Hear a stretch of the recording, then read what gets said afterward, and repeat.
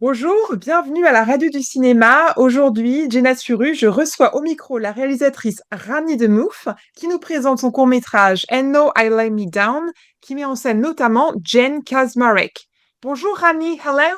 Hi there. How is it in Santa Barbara today?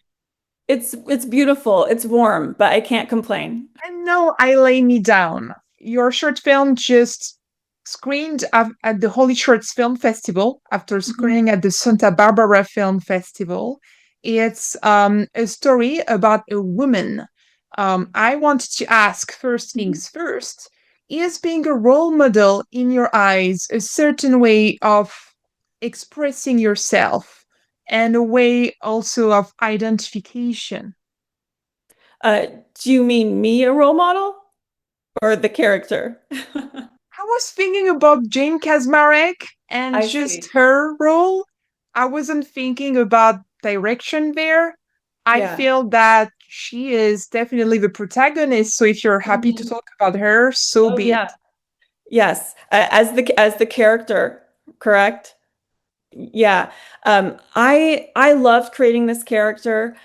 She's really you know, you could almost say like not likable. She's really her character is very big and a little bit nutty. Some people think she's like mentally ill. Um, but I feel like if you are true to what you're feeling and what you want to express with a character, it can be anyone can relate to it. So I don't think that this particular character is a role model per se, but I feel like if you go on a journey with somebody and it's truthful, you can learn something from them. So, I think there's something pure and good to take away. I wouldn't say she's a role model. From a more international point of view, perhaps a soap star is Uh-huh. considered someone I who see. succeeded, I see. maybe Okay. potentially. I see. I see. Yeah, it's almost like the aftermath of that, of what happens when you're trying to like chase stardom or like when you're starting to feel like you're not relevant anymore, and it's sort of about the fall of somebody, who maybe once was a role model who's trying to sort of chase, you know, relevance. Talking about relevance, why Mhm. was it important to you to focus the story from one character's point of view over a couple of characters or multiple characters? Yeah, well, that was very important to me. And it was when I first got the idea for the film, I knew it was just going to be following a woman throughout her day. Like I thought of Jeanne Dielman, which is that great film, which is like, I don't even know how many hours long that is, but it's just this woman, throughout her day and sort of giving importance to everything that we do. And like, there's a reason for everything. And I forgot the question. I've been talking too long. You were asking me why do we would be with this one woman for her whole day? How many characters in your film? Right. Okay. Thank you so much. Sorry, I've been talking to people all morning. For me, it was really important to focus on one. It's just that her journey. I mean, she has some brief interactions with other people, but I almost wanted it to be like a character study. And you can get so much, so rich to focus on one person specifically and to just read into, I wanted you to read into every little thing that happened with her and what see her with other people and what she gives to those people, almost like a performance versus how she is when she's alone.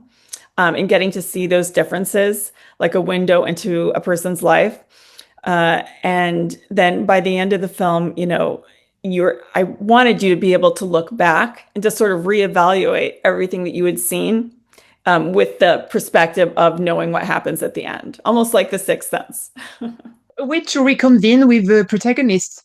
Somewhat not so nice. Um, I personally thought she was really likable, Oh, but good. perhaps I think nice is so a bit. too.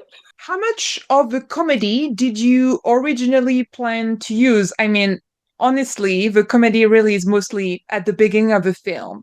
Mhm. And I've always felt that really comedy usually eats everything, horror, even Mhm. romance. So I was just curious if it was intended for you to have the comedy and the humor involved at those particular moments, or if it just came with Jane or working with a team. Right.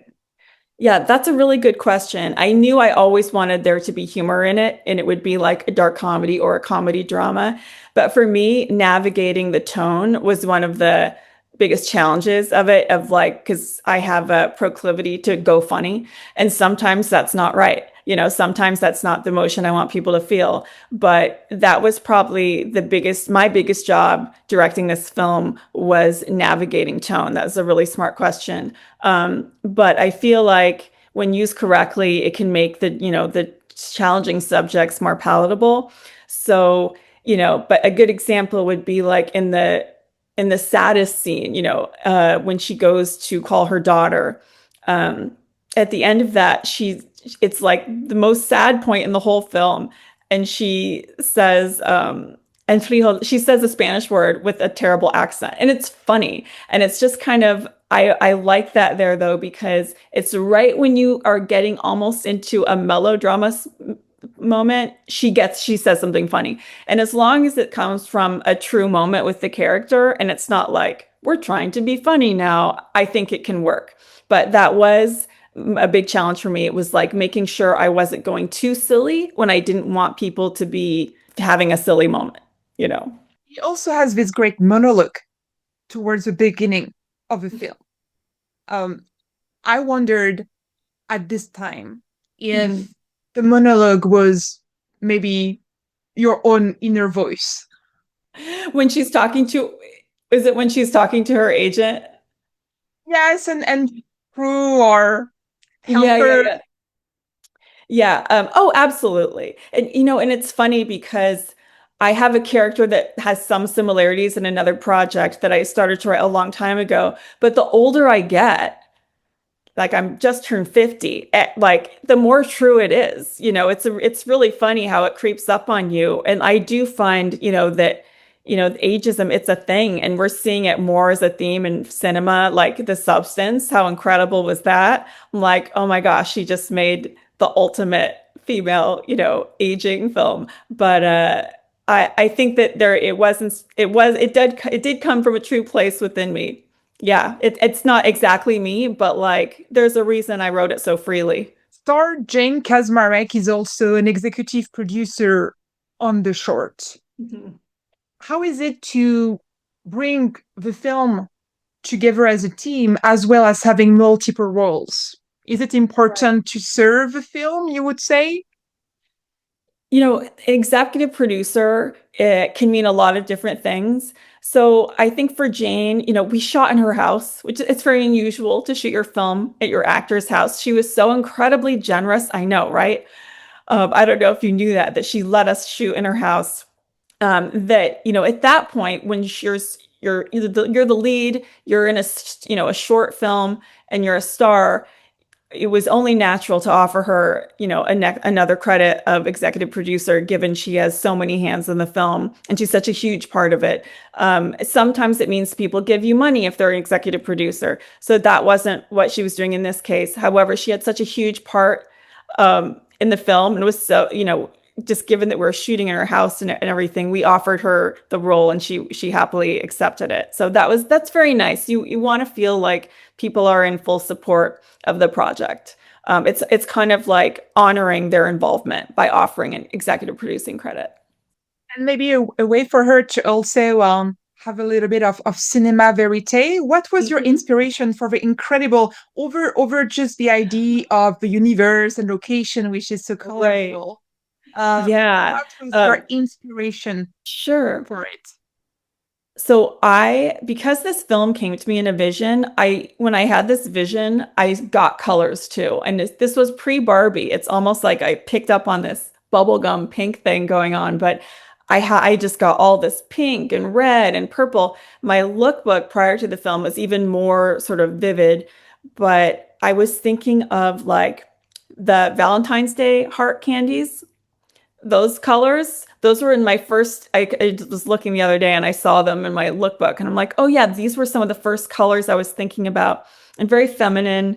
And gosh, I think it was almost like a little nod to Wes Anderson, but it really just came from me, and it just came out of nowhere. I mean, I just with the ideas and with the subjects and the women, I sort of saw the world.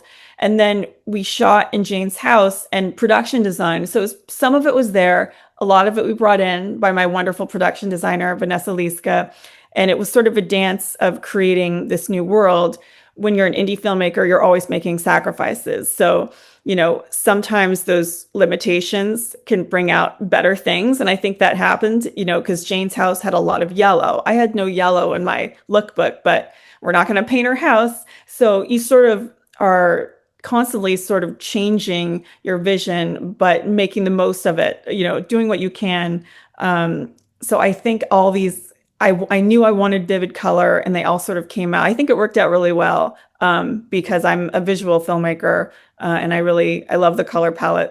It's really over the top. I do love.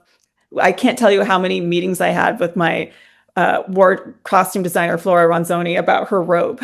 Like, it was so many meetings, but it was just like she's wearing it in the whole movie. So We shouldn't be mad about aging anymore, right? It's like, was it also a way to forget time, like over everything else? Like just say, hey, look at how beautiful the world is. Like, what's the idea behind it?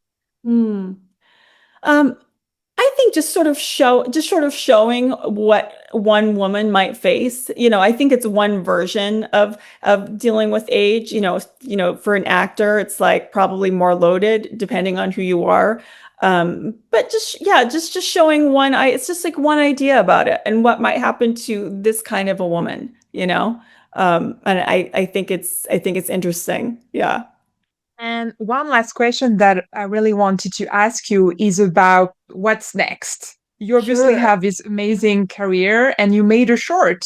And it's also a longer short, like towards the half an hour limit, if I dare to speak in those words. So did you already plan what is going to be next for you? Yes, this is a long short, and I would not advise making a long short, but I just wanted to make the movie I wanted to make. So it is very long, it's 27 minutes.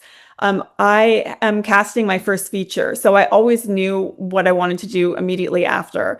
The big reason why I made this short was to show a recent directing sample of something I also wrote. Because I kept getting that in meetings of like, what have you done recently? And this is what always people say. And it gets sad when like the most recent thing, someone's listening to a Walkman and I'm like, oh my God, I need a new directing sample of something I both wrote and directed. So this was, in order to help me make my first feature, which is called End of the Line. It's a dark comedy, similar tone, about an eccentric mom who takes off on her family in order to pursue a career in performance art. And she comes back, and the family sort of struggles to find meaning in their lives when she comes home unexpectedly. So this is the movie that I am set to make now, and I'm in casting. Best of luck with it. I personally didn't think any of the production design was over the top at all, but Oh, perhaps good. that's my opinion. Great. I'm so glad you felt that way. Thank you so much, Rani. It was wonderful to speak with you. And again, really very best for the future and for the future. Thank you so much. I really appreciate it. Thank you.